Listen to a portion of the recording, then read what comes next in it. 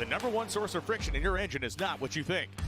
Piston rings rubbing against the cylinder walls generate more friction than any other part of the engine. More friction and temperature means more wear and less horsepower.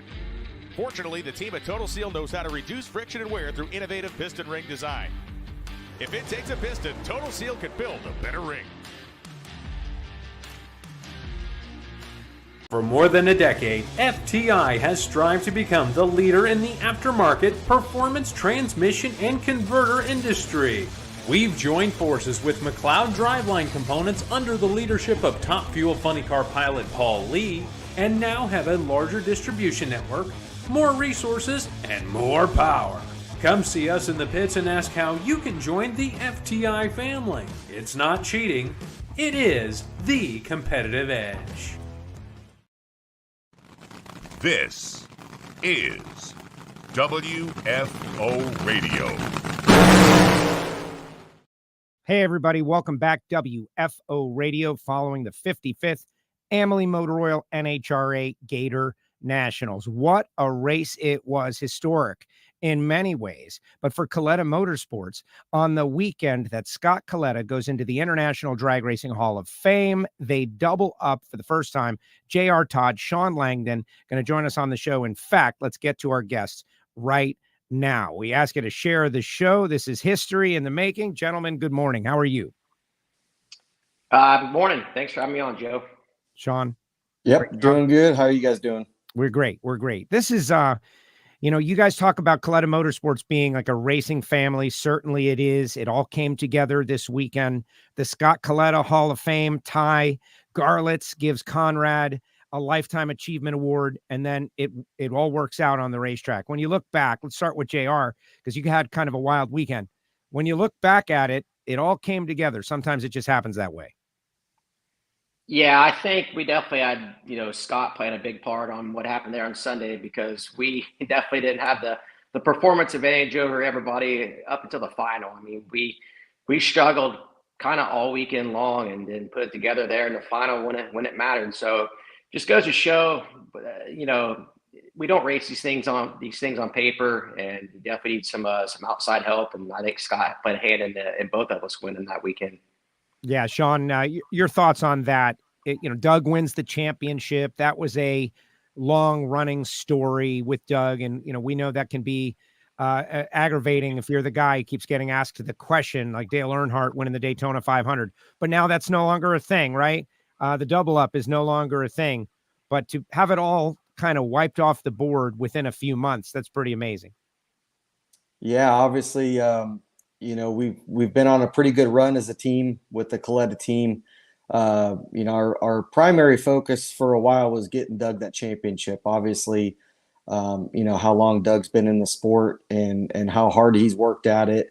And he's a very, very talented driver, very deserving of it. So that was a great accomplishment for Doug and also for Connie and for the team and everybody at Kalitta Air.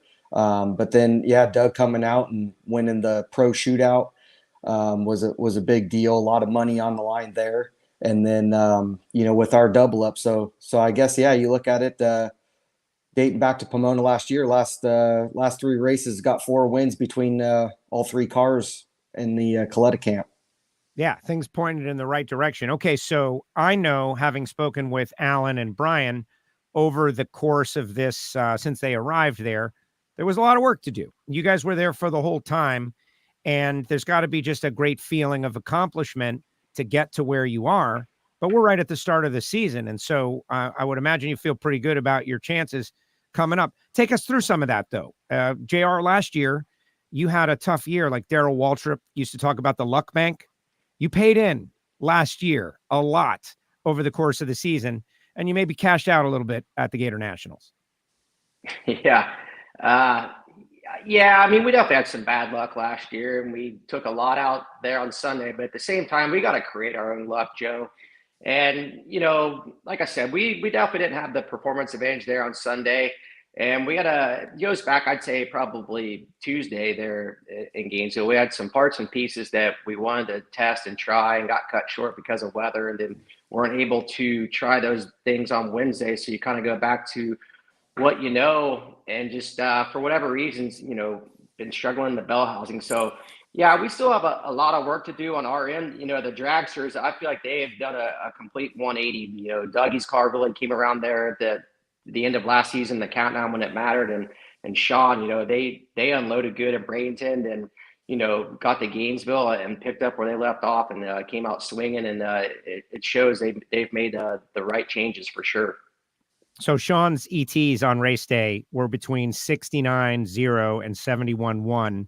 The reaction times were within 47 to 72. That is just amazing consistency, Shawn. Like you guys, 336 mile per hour too. The speed is coming around. You kept saying it over and over again. Like, I don't want to mess this up. I don't want to mess this up. There's pressure in that though. Like you don't want to be the weak link. You're not the weak link, and you delivered, but knowing that everything's clicking, you had to carry that into the finals. Yeah, exactly like you said. There's a lot more pressure in having the mentality of don't mess this up versus I need to kind of dig deep and pull something out of my butt to try to win on a hole shot. And I think through my years, I definitely have pulled a few out of my butt to win a few on a hole shot, but I think that's where you saw a little bit of a variance in my reaction times from a 047, I think it was, to like a 071.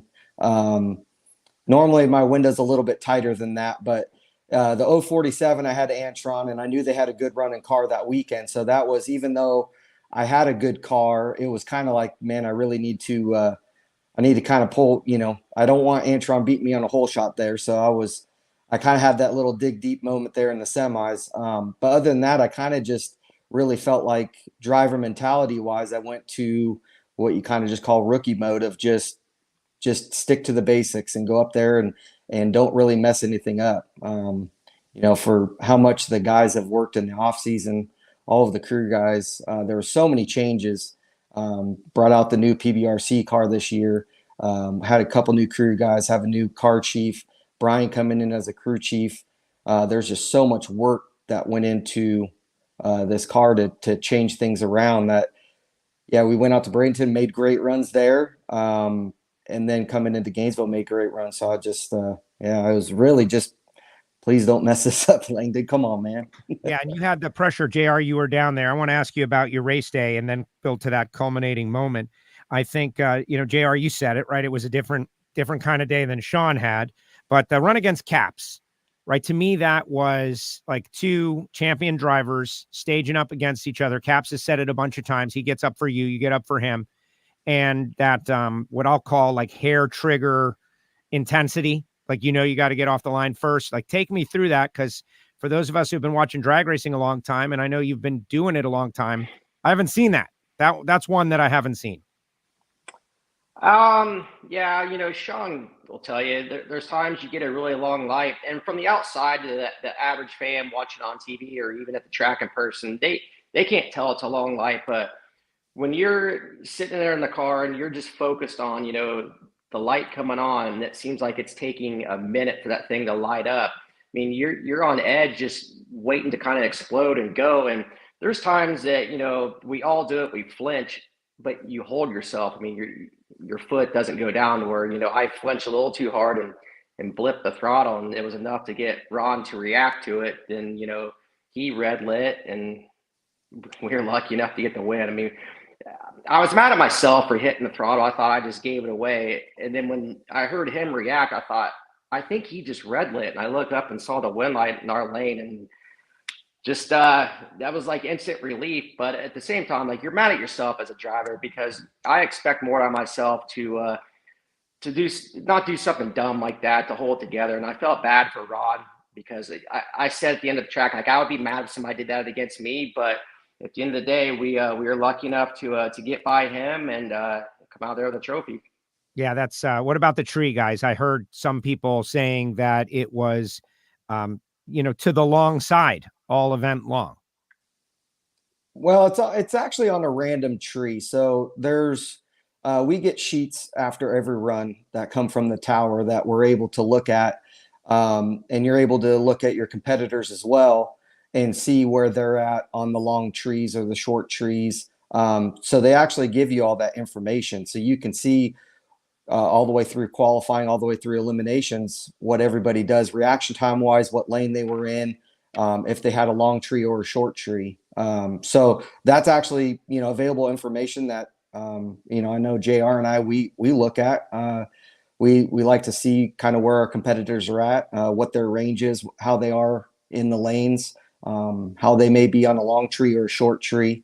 So that could, dictate some potential starting line procedures. But for the most part, it's really just a random, and it's 5/10 random. But you got to think, when you're on edge waiting for anything, when you get on the long tree to the 5/10 side, it seems like an eternity. And to JR and Ron's run, to be able to hold that, to blip the throttle and be able to hold the car is really difficult to do. And on Ron's side, you're just waiting for anything.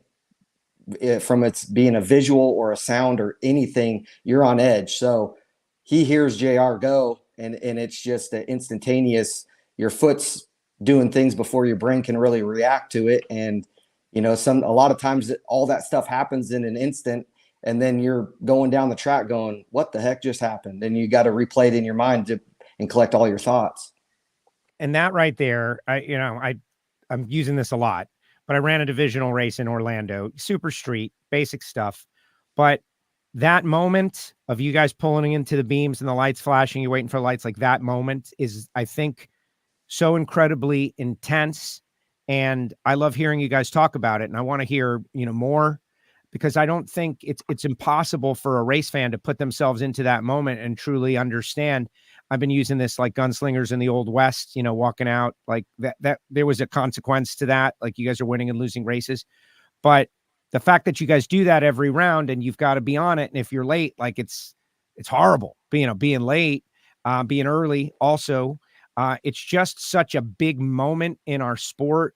The stage lights come on, the ambers flash, you guys react, but it's also super normal. It happens every run, and it's almost normalized. I don't know that the fans, even people who work in the sport, truly understand how ragged edge intense you guys are in that moment. Yeah, I mean, there's times that I've gone up there and flinched 2 or 3 times before the light comes on. And usually when that happens, I'm dead late, because your foot is going and it's not time to go. By the time you pull it back, the light comes on, and then you got to react, and it's too late. But there's just all kinds of instances like that happen. Like I said, I just got lucky enough that I, didn't blip the throttle hard enough to get the car to roll out of the beams. But at the same time, you got to react and pull the brake harder. But yeah, it's funny seeing some of the comments online, people not understanding, how I won and Ron didn't because I left first. Like, well, I didn't go all the way down on the throttle, because if I did that, I'd have been long past the starting line. And just one of those lucky instances where you lose focus, but at the same time, you got to be focused to tell yourself, like, don't leave yet. It's I don't know. It's kind of hard to explain, but really, really lucky to have it work out the way it did. That's part of it. When light came on, that's really all that matters. Mike O'Gwyn, world champion crew member with Antron, out there watching. A lot of people out there saying congratulations to you guys. And Ken says he hopes it's your year, Shawn. The old man's car is what you guys call it. The thing is running real good. And Brian Hewson, real good for him to go out and win his first race. Like, that's kind of amazing. But he's no rookie, right? Like, we're making a big deal like this is his first drive on the highway by himself. But this guy is a veteran as it gets, and he's just been with AJ for a long time. And so this is kind of the two of them working together. How is that workflow? Is Alan, are those guys like talking about both cars, or is it all Brian? As much as you can share. Yeah, what Brian showed last weekend, we've known for years. Brian is about as good as it gets. He's as hard as a worker you're going to find. He's almost married to the sport. I mean, it's a team first kind of guy. So yeah, he's worked under AJ for, I guess the last 15-ish years or so. And he's been deserving of this opportunity for years. It just hasn't worked out with just the different teams that they've moved to and what have you. Obviously, with some of the changes we made last year and some of the changes that happened, I think it was just the right fit for him, to be able to kind of branch out on his own. And like he says, it's a whole different dynamic when you work under AJ and, AJ's really making the final call, but you have a lot of input into the car versus now he makes the final call. And obviously AJ still gives him a lot of input. Him and AJ talk every run, back and forth on both cars, really. So it's actually a really good trade for both of them. If I make a run first, for example, at the pro shootout, we went out there, smoked the tires. Brian went right back to AJ, and the cars are set up very similar. So he told AJ, this is where I had everything, all the settings at, and AJ made proper adjustments, and Doug ended up getting that first round win and ended up winning the race. And likewise with a couple runs in Gainesville, Doug may have gone out first, and AJ came back to Brian and said, hey, this is where I had some things at. And so Brian, made some proper adjustments to either, make sure the car got down the track, or was able to speed it up a little bit just to, get that couple extra hundreds we were looking for. Yeah, it's good to see. And it's got to work better running the two cars together, right? For the data, for all of those aspects, and making them as similar as they can possibly be. It's got to work better. Let's talk about the double up. The 18 attempts. I had to, reach out to NHRA and understand that means that for, 18 times, the funny car and a dragster made the final round, and it didn't work out. And this time it worked out, which is awesome. But man, Shawn, you had to be feeling it, right? Like J.R., I'm sure you're happy you went out first. You scored the victory, and then it's in your lap, Shawn. Like, here we go. Let's make it this time. We got all this extra stuff going on. Fresh season, Scott Kalitta, Hall of Fame, and you delivered. But was that on your mind? Could you keep it out of your mind, Shawn? Yeah, obviously sitting in the water box, you're thinking about it like, man, this would be awesome if we could finally do this. And then, JR goes out there, and I couldn't really see nothing because the starting line was so crowded. And so I just looked over to his lane, and I was looking at the crew guys, and I saw them jumping up and down, and then about half of them disappeared, and I assumed that they went into the mosh pit mode. So I immediately kind of just said, well, here you go. Here's the opportunity that we've been waiting for. And, it's through the years racing, you get some pressure situations. And I think throughout the years, you learn to kind of how to, I think internally you learn how to deal with it. Whatever ticks for you. Some people like to get a lot of adrenaline and get pumped up. A lot of people like to take deep breaths and kind of relax themselves. So in that situation, I just took a deep breath and said, well, here we go, and I obviously, with the confidence I had in the car, with what Brian had been giving me all weekend, and all of the guys have been doing a flawless job all weekend, giving me an absolute perfect race car. I just said, all right, just try to go up there and go 060, 065 on the tree, and just kind of just get it down the track and do what it takes. But yeah, I mean, when we went through, the first thought I thought was, man, Scott was looking over us for sure. On that note, I know Scott as a race fan, because at that time I was in the media, but I wasn't working in the NHRA. So I didn't get any like one-on-one Scott Kalitta time to know his personality. And so I know him through the eyes of others, like hearing Nikki and Donnie and Jimmo and Jono tell their stories at the Hall of Fame. Like, that's great. And how he was like a ball buster, and how he was, he would take a serious moment and mess with you and all of that. Like, that's how I know Scott.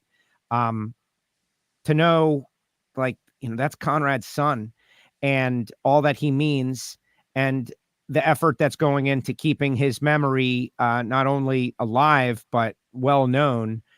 What about you guys, like JR and Shawn? Like, how well did you interact with Scott, and what was that like? And you guys clearly you carry that with you. Yeah, the backup, once I first got into a Top Fuel car in 2000, that's when I first met Nicky. He was working with Bruce Litton. I was driving Bruce's second car. So from that day forward, I always heard, how great Scott Kalitta was, which I knew who Scott Kalitta was just from racing junior dragsters and being a fan of the sport and, going to the spring nationals and US nationals every year and watching those guys. So yeah, then getting to race with Nicky and getting to hear all the awesome Scott stories, you just learn like how much of a badass he really was and then what kind of a great driver he was. And at this time, Scott wasn't driving. He was, retired. And then once he came back into the sport, that's around the time that I started driving again for Dexter Tuttle and really got to know Scott. And, he was a great guy, a lot of fun, a badass for sure. And like you said, a ball buster who liked to have a lot of fun, off the track as well. So yeah, it's, I don't know, it's kind of crazy to me to think as a kid racing junior dragsters in the early 90s and, watching guys like Scott win 2 championships there in the mid 90s, and then getting to know somebody like that when you're racing top fuel, and then at the end of the day, like you're driving his car, it's pretty crazy how life works. And I'm not definitely trying to be Scott Kalitta driving that thing. That's forever his car, and those are some extremely big shoes to fill, which I'll never do. More than anything, we're just trying to carry on his legacy and hopefully make him proud and, make his family proud, which was really awesome to have, Connie, Doug, Corey, Colin, Kathy there pretty much all weekend long. And they were there with us Sunday in the winner's circle. And, I gave them the trophy there at the end of the day. So that's the only way I could ever, pay any of them back for what they've gone through, really. Yeah. And as we go week to week on the Mission Foods Tour, it's easy to not necessarily relate to like how meaningful that moment is, like the winner's circle for the first double. I'm sure you guys spoke with Connie. He seemed to be in a very positive mood all weekend long and just loving it. Now that Doug's a champ, the guy's got what at least when I see him, a permanent smile on his face. What was that interaction like? Yeah, I mean, obviously Connie was excited. He's usually pretty mellow. He has some moments where he gets pretty fired up, but just those moments like that picture right there, when you're in the winner's circle with Connie, fortunately, I've been able to do it twice in his car and then 2 other times in the funny car. But just when you get to talk to him and the excitement I guess what we feel like we can give back to him for all that he does for us. I mean, he really takes his whole race team, all the teams in like family, treats them like family. And it's really just an honor and a privilege to be able to race for a guy like Connie. And I love coming back from runs and talking to Connie about the runs. The guy's just so sharp. I mean, even like last weekend, there was a couple times we come back from a run and he was saying some things about things that he saw or things that he heard. And I'm kind of like, okay, let me go talk to Brian. And I go in there and talk to Brian and we're looking through things. And I'm like, yeah, that's exactly what Connie was saying. So it's just how into the sport he is and how into the cars he is. And he's still very involved. He's out there at every race. It's really just awesome to see. Yeah, Lonnie even asked, he goes, how much does Connie contribute to the tune-up now, if any, right? Like I'm sure he wants to be involved. If you can share, like, how does that work, right? When it's going great, you tell me. Yeah, I mean, obviously, Connie, he's, depending on some days and, some days he gets really involved. Some days he just kind of lets everybody do their thing. But like last weekend, you could tell when the car was running better, he was really getting into it. And he was really like, so what about this? What about this? And he was asking a lot of questions about it. A lot of the things with Brian and Justin kind of coming in, being new to the team, they have a lot of their own tasks that they really, take care of themselves. So, obviously we listen to Connie. I mean, Connie's been around for years. Connie knows a lot. He's very in tune. Even just sitting on the side of the track in the golf cart, he pays attention to everything. He does not miss a beat. So he knows when something's bad, like if the track is going away, he'll say something to either, JR's dad may be on the golf cart or Bob or some other people may be on there, and they'll come back and say some stuff. If the track's going away, if the track's getting better, hey, you need to do this to the tire pressure, this or that or whatever. So he's still very involved. With that being said, obviously, Brian, this is his opportunity to be able to, have the reins of the car. So I think there's a little bit of give and take back and forth on that. That makes sense. JR, you mentioned, and it's kind of interesting, Mission Foods era, and I'd like to transition to looking ahead. Mission Foods coming in, I felt it was different, title sponsors are title sponsors, but you brought up the fact that you're both in the Too Fast, Too Tasty challenge at Pomona, right? A chance for some extra money, a little extra highlight. Last year, we didn't really know how that was going to go. And at the end of the season, I felt like it turned Saturday into like a better thing, right? I felt it was better. It was action on Saturday. You guys are both going to be in that coming up for Pomona. And you were the first person to bring that up, JR, in the winner's circle. Like, hey, this means something to us. So let's look ahead to Pomona. And then I want to ask you a little bit about the rest of the season, but you got a little bonus money on the line on Saturday in Pomona. Yeah, that's definitely a nice little incentive, making the semifinals and getting to race for some extra money at the next event. So, I mean, it's not race win money, but it's still extra money for the crew guys and so on. So when we won the deal in Sonoma on Saturday, that was a cool little perk. Then we went out and won the race on Sunday. So it kind of gives you a little pep in your step, I guess, heading into Sunday, which is nice. So hopefully we can, kind of carry that momentum into Pomona. But more or less, I know I tell myself if we keep making those Mission Foods races that, that means we're one of the later rounds and chalking up those points, which are important when it comes down to running for the championship. So as long as we're in those deals, that means we're doing something right. Shawn, another chance to double up on something. Hey, we're in for that. Yeah. No, I like it. Okay, Mission Foods era, start to the season. In the chat section, I'm not putting those up because I'm sure you get it a lot. But the Nomex effect, right? They're all like, what's up with the podcast? Bring it back. We know why.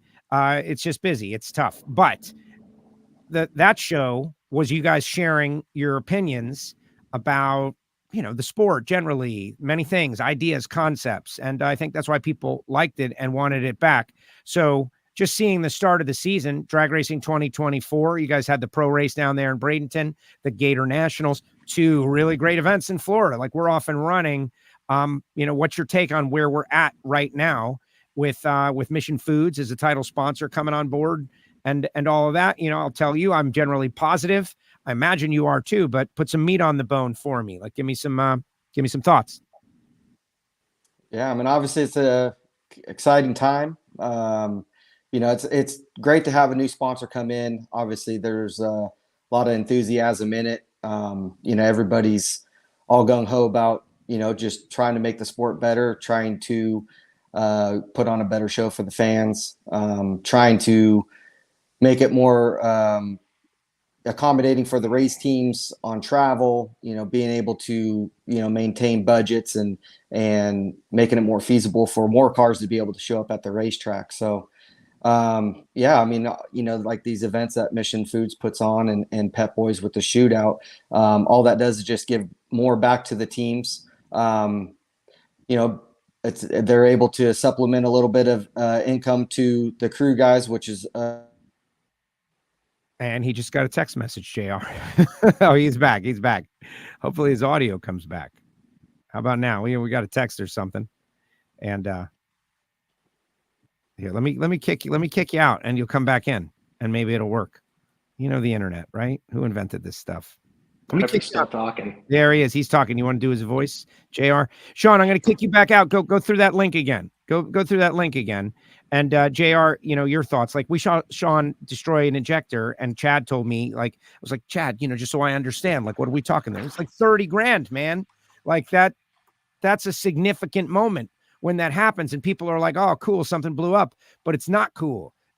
That's really expensive when you destroy an injector like that. Like, the sport is so ridiculously expensive. Shawn, are you back? I'm back. Can He's you hear back. me? Yeah, we hear you. That was the GM Chad Head calling right there, and I tried to click it off, but apparently I didn't do it well enough. I spoke him into existence, JR, right? Like I just mentioned. See, you say his name enough times, he shows up like Beetlejuice. Yikes. You gotta watch it. All right. But clearly, he didn't get the memo. We were on WFO at this time of day, did he? That makes sense. He needs to start reading his emails. What he needs to do. You know, you guys you really liven up when you get to attack Chad Head on the show. In the future, I'll do that first. No, we don't attack Chad. Chad's a huge asset to our team. We all know it. We love Chad Head. He's crazy, but you know what? He's team first guy. He busts his ass. He's really a huge asset to the team. He keeps everything flowing between Kalitta Air and the race teams.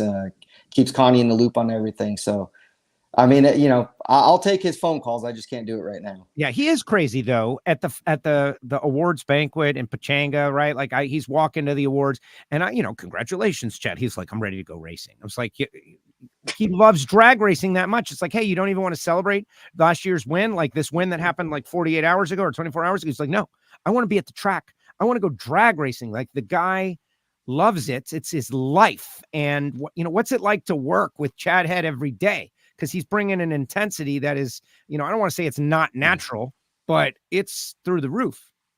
It's intense. It's definitely intense. I mean, you have a 9 to 5 Chad Head, and then you have a after 5 o'clock Chad Head. So, he's the boss from 9 to 5.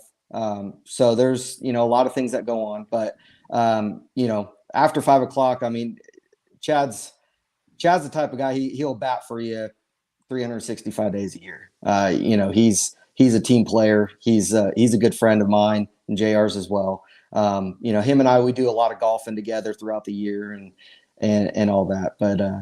But I definitely you want Chad on your team for sure. How's Chad on the course? Like, how's his swing?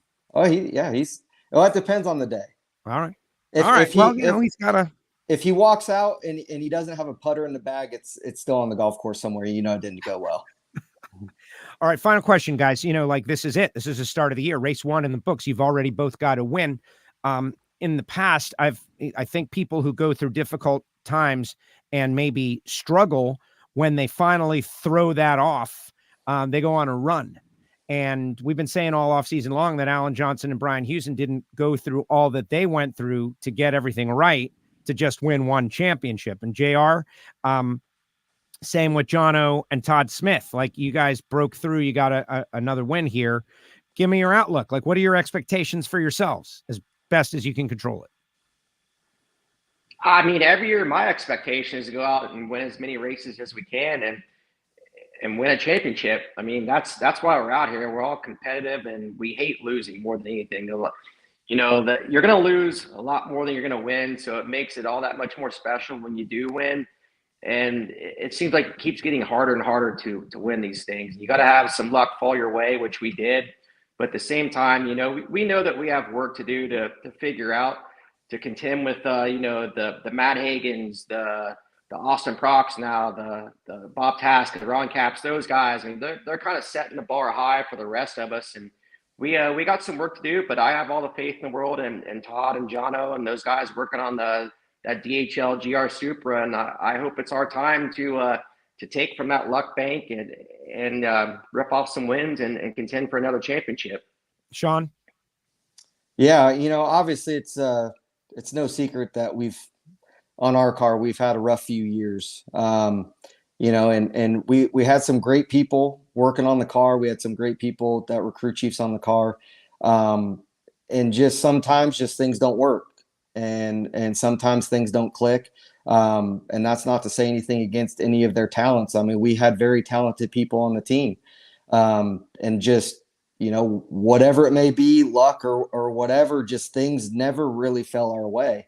And it just seems like, I think this year with a lot of the changes we made, we were able just to start from scratch and kind of do a team rebuild. And it's really just been clicking. It's really been good. I mean, the chemistry between the guys has been awesome so far this year. And obviously Brian's just done a fantastic job kind of coordinating everything and getting everybody to kind of rally together and all that. So obviously coming out of Gainesville, I mean, we're still undefeated for the year, and I'd love to go undefeated for the rest of the year. But we all know that's probably not possible. But that's my goal right now, is just keep on winning and keep on keeping our head down and keep working hard. And you know, the results are going to fall where they are, but we're definitely, it's not going to be from a lack of effort on our end. Good. No. All right. Final thought. You guys got the NHRA community, the WFO universe out there. Is there anything you want to say to those folks directly to hype them up for the year? Or I know that you had mentioned in the media center that like getting the double up was a really big deal for you both, just because it had been a while, right? It hadn't happened. Now it's happened. Is there anything, JR, that you want to say to the WFO universe out there? I don't know. It's kind of funny that Shawn, brought up the point on I think NHRA put it on their social media a week or so ago, who would be the first to double up. And I don't think anybody expected Team Kalitta to do it. I also think a lot of people didn't know that we had never done it before. I mean, that's going back to Scott and Connie racing together back in the day, dragster and funny cars. So it's been a long time in the making. And, I would much rather just fly under the radar and win that way, as opposed to being one of those teams that's expected to go out and win week in and week out, which in my mind, and I think our minds, we expect ourselves to do that. So I don't know. Was it a surprise? Yes and no. But at the end of the day, I think that Shawn's team definitely earned it. And at the end of the day, I mean, I feel like the Yellow Fellows, they earned it for all the hard work that they put into that thing. They dig deep and don't give up. And that's the best thing when you go up to Connie coming back after the final round and he says, it doesn't get any better than this. And he had a big smile on his face and a glass of wine. That's what it's all about at the end of the day. That's awesome. Shawn? Yeah, I mean, like kind of JR was talking about, I mean, some people may have been surprised by it, but honestly, I wasn't. I mean, I know the talent that we have over here with the whole Kalitta team across the board on all three cars. I mean, I feel like we have three of the best teams out there. Very, very talented crew guys, crew chiefs, and drivers. I feel like we have a really good trio of cars. And I feel like all three cars can contend for the championship at the end of the year. So it was nice to be able to get that double up. It's kind of funny just leaving Gainesville and on the flight back. I was kind of thinking it's, a lot of times I put out a post the other day about, you have things in life where you kind of have pinch me moments. And last weekend was definitely one. It's like, man, who would have thought 20 some years ago that I'd be teammates with JR and teammates with Doug Kalitta racing for Connie Kalitta and get a double up at Gatornationals. It's just, it doesn't get any better than that. And I mean, that was definitely one of the highlights of my career. Yeah. I feel like drag racing, like that's the pinnacle. And you guys did a great job. It was very fun. You started us off really well. What a great race. And let's keep it going. We'll see you in Pomona. Thanks for spending a little time with us here on WFO Radio. Thank you very much. And, the first time, but I have a feeling it's not the last time. So we'll see. You guys like doing this thing together? It worked out, right? Yeah, sure. As long as we win together, right? That's it. I think we can, we'll do this from now on. We'll talk to you after Pomona. There you go. There you go. All right, guys. Thank you so much. Thank you. Thanks, Joe. Shawn Langdon, J.R. Todd with us here on WFO Radio. How about that, guys? I want your comments. Put your comments in the comment section. Another great day of WFO. And I want to tell you about the people. We went right to our guests because they were on board. But I just want to tell you the people who make it possible for me to do this show, like Total Seal Piston Rings, the leader in ring seal technology, TotalSeal.com, FTI Performance Transmissions and Torque Converters, Power Glides to Pro Mod Transmissions, Top Sportsman, Top Dragster to Torque Converters, available at Jegs, FTIperformance.com. Foggit. This is to protect the inside of your racing engine, whether it be a go-kart, whether it be a weed eater. It protects the inside of your engine by preventing rust and corrosion that happens naturally thanks to condensation. Bernie Speed Shop, BURNYZZ.com. Bernie's in Ocala, 100,000 square feet. We had a great time at their Fan Fest. Photos all over the place. We even did a show from there. You can find that in the WFO archive. Bernies.com. CWT Industries, balance machines, machine shop, balance machines.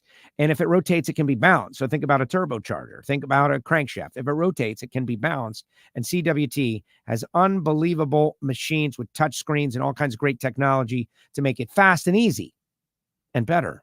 So if you've got an old balance machine, it's time to upgrade. Email me, Joe, at WFOradio.com, and I will put you together with Randy Neal, and we'll get it done.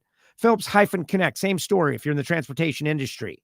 Jim Epler designs smart trailer technology, takes the drag racer mentality and applies it to transportation. And the folks at Phillips Connect doing a great job, Phillips-Connect.com. Plus our great friends, Marvin Rodak, RodaksCoffeeandGrills.com, 817-924-6821. I know, everybody's got a coffee these days, and there's coffees and there's a lot of great coffees out there.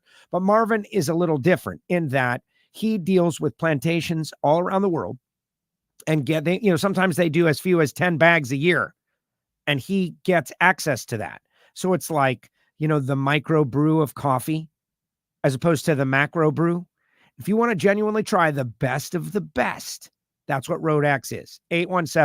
817-924-6821. Micro, not macro. And he does his own blends. Drag racing themed blends like the Stampede Speed blend. You got to get into it. Samtech.edu and Frank Hawley's Drag Racing School, the Dragster Adventure. I saw Shawn, the what? No way guy, did the Dragster Adventure in Gainesville. We're going to have him on to talk all about it. Shawn and I are like buds now out at the track, and he's a fixture at the NHRA, and we've been talking about him coming on WFO, and now he's got the Frank Hawley experience to talk about. So we got like a reason to have him on. All right, let's see what everyone's got to say out there. What are your comments, your thoughts? Kalitta Motorsports. I think they could rip off another one. There's a lot of angles to it. Not exactly the kind of thing you talk to Shawn about, but Doug winning the championship was the priority for everybody. Doug winning the championship was a priority. And now that priority has been accomplished. And so what's the next priority? And I think the next priority was getting that car running and focused and good. And they did, and they are, getting JR's program going. That has always been a priority. DHL, I should ask JR about DHL re-signing. But anyway, great stuff. Michael says, let's talk Pro Stock Motorcycle. What do you want to talk about, Michael? We had Gage Herrera on yesterday. Gage Herrera and Alan Reinhart were on the show yesterday. It was a tremendous show. The listener numbers through the roof, guys. I need everybody out there to subscribe and click the bell on YouTube. We have had a WFO Radio mobile app for over 10 years, but the app is going to sunset. It's going to go away. There's a long story about my, high school friend owned the company, but no longer owns the company, and they're moving on from apps like this. But it's okay. But we just need everybody to subscribe on YouTube. Subscribe, click the bell. And if you want to listen audio only, Apple Podcasts, Spotify, SoundCloud, Amazon, wherever you get your podcasts. Take WFO on the road. Listen to the audio because we post every show audio only immediately after. But what's to talk about Pro Stock Motorcycle? It's the Gage Herrera show. Now, I'm interested in Richard Gadsden, and I know Matt Smith has got those bikes hustling down. Angie had herself a great event, and makes the cover of the National Dragster. Not that Angie cares, but boy, she's looking good right there. She cares. And this has also got an article.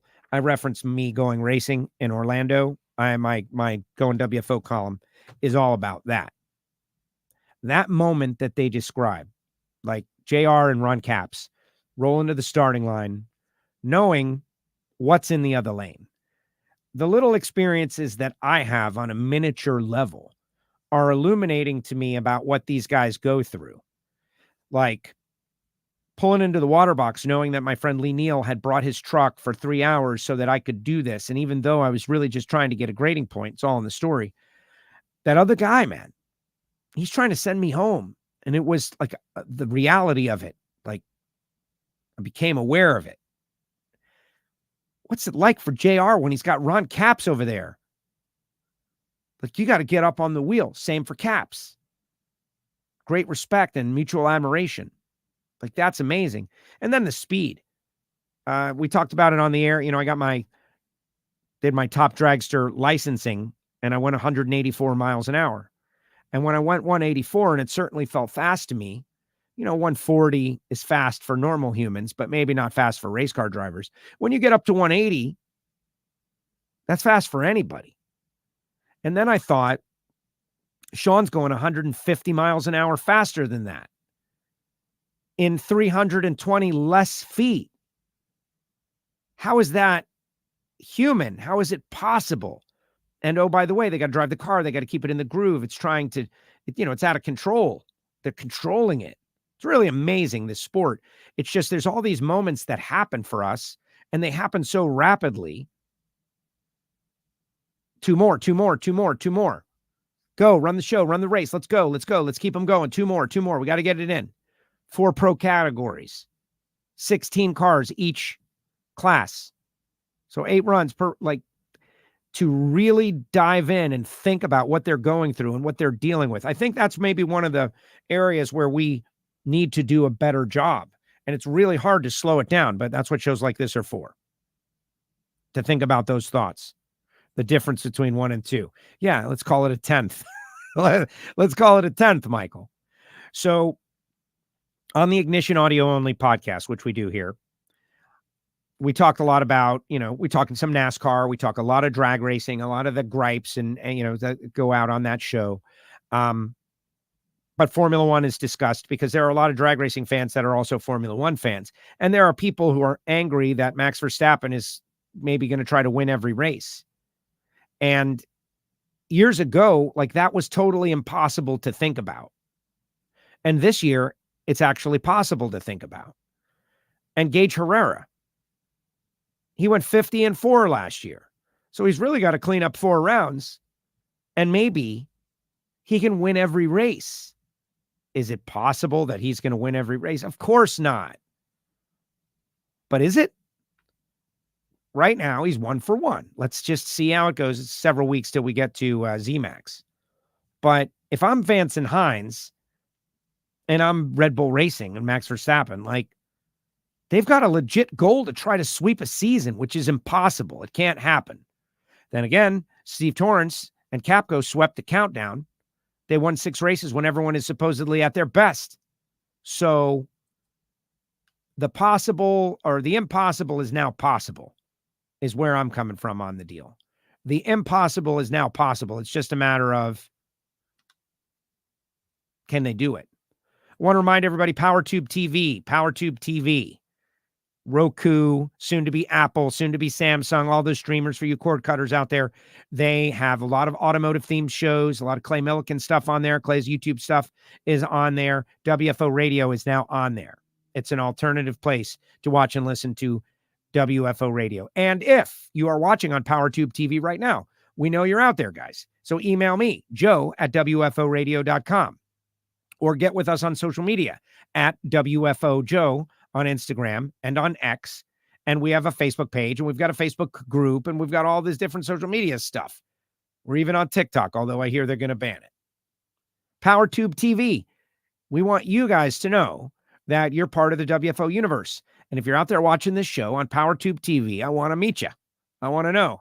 I want to meet our first PowerTube TV viewer listener. To reach out to me, joe@wforadio.com. It's interesting that all these different streaming devices and whatnot are just giving drag racing more and more opportunities. For instance, the NHRA Insider podcast with Brian and Tony at the events, kind of like a game day live vibe. Those are being streamed out on all of those channels, like Tubi and all of those things. Like if you have those channels, of course, we would want you to watch NHRA.TV. But during the day, NHRA.TV is broadcasting Lucas Oil Series races. And so when they're doing that show, we can't interrupt, Super Comp or Competition Eliminator to show something from the pits, because those racers get to be on TV. That's what NHRA TV is about. So these channels, there's a whole bunch of them. On Samsung and on Apple and on, all over the place. And you're getting second and third screen experiences in the NHRA, which is awesome. The content is it's not the problem. There's not too little content. Suddenly, there's too much content. Gage is the one driver I think can sweep the season. He could. It's unlikely. Here's Britt. Britt, happy Wednesday, everyone. Britt just got her Super Comp license out there. Our listeners are doers. Love the Double Up Win show. Me too. Those guys were great. Thanks, Joe from Montana Karting. And thanks to everybody out there in the WFO universe. We've had a great week. Go back and check out Reinhart. Our archive is loaded. Lots of shows from the offseason, winter breaks, champions, But now we are rolling. Next week, we'll be promoting Pomona, the In-N-Out Burger drag strip, and the Lucas Oil Winter Nationals. I'm super excited about that. I'm going to do a little work on Project Pontiac as well. Also, for the Patreons, if you're a Patreon, patreon.com/WFO Radio, we did a new Hear It From Heiner Pro Stock show. Pro Stock crew chief Michael Heiner, given the using profanity. How about that? That doesn't sell you. But do you want to know why they shook the tires so violently and broke the rear end? It's not what you think. It is the most bizarre thing I've ever heard of. And that show, Michael wants to do it just for the Patreons, to build our Patreon audience. We got over 100 people that are VIP members to WFO Radio, patreon.com/WFO Radio. All kinds of extra and added and bonus content. You get to do a lot of stuff, and you get the Hear It From Heiner Pro Stock show, where, you know, when you have a tough weekend, as they did, they own up. They own up. Also want to remind everybody, you can get the WFO Radio t-shirt at Hot Rod Randy's Horsepower Headquarters when you are in Pomona. If you want to order our online shirts, the WFO Radio store is available on the website. And if you want free stickers, I'm still sending those out. I just don't promote it all the time. Send a self-addressed stamped envelope to Castello Media /WFO stickers, P.O. Box 848-353, Pembroke Pines, Florida 33084. And I will send you some stickers for free, but you got to put the stamp on it and do all the work. It seems only fair. You put the stamp on it, you do all the work, and then I will load it up and send it back. All right, guys, thanks to JR, thanks to Shawn, thanks to everyone for participating in this show. What a great time. It was the first Kalitta double up. How amazing. Congratulations.